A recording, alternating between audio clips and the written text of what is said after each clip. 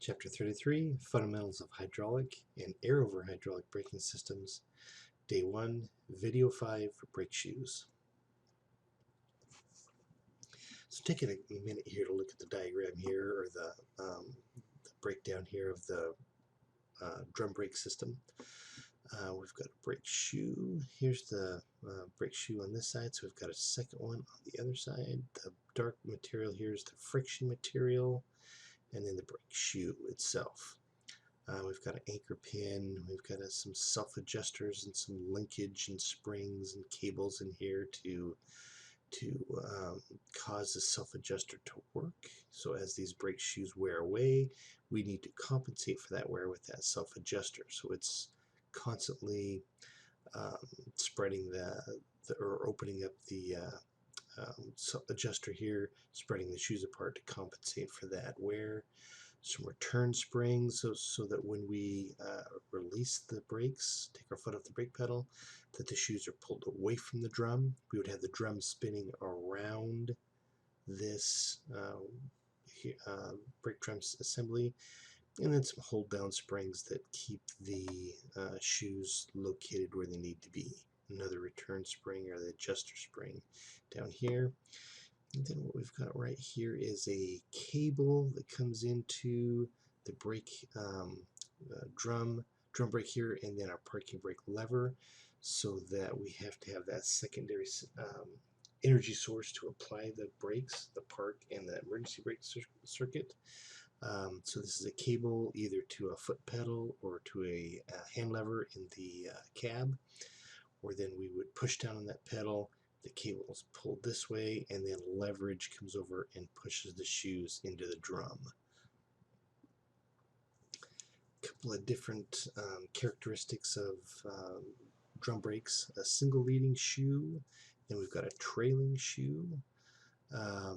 So a leading shoe and a trailing shoe is looking at the diagram again here, we're traveling, going from right to left.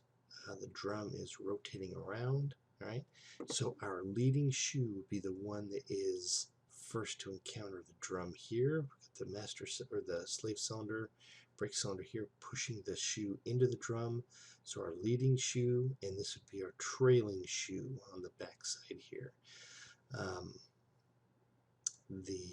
Again, the master or the wheel cylinder here, the hydraulic pressure comes in and forces that shoe into the drum.